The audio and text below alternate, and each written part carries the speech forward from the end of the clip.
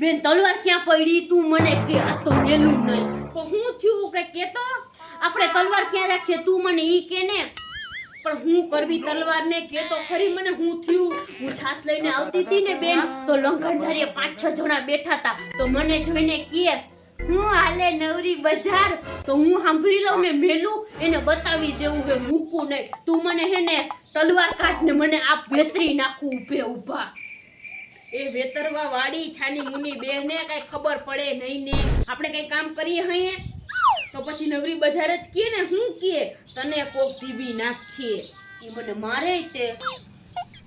તો જોખી નાખે કારણ વિનાની તને હા બેની વાત તો સાચી છે હો ઈ 5-6 જણા હું એકલી એને ના પૂગું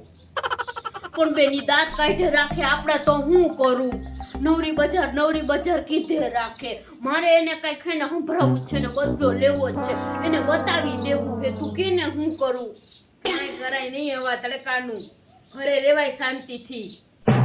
એ બેન હું તને શું કહું કે આપણે એને ચીચુડાનો ધંધો કરીએ એને બતાવી દઈએ અને એમાંથી બેન કમાણી હારી થાય આપણે એને પૈસા ઘણા મળે કાંઈ ખબર પડતી નથી ને આવી ગરમી તો હમણાં વહી જાહે તો હમણાં ચોમાસું આવીએ તો કોણ રસ પીવા આવશે હા ઈ વાત તો સાચી છે બેન પણ મારે એને દેખાડી દેવું છે એનું શું કરવું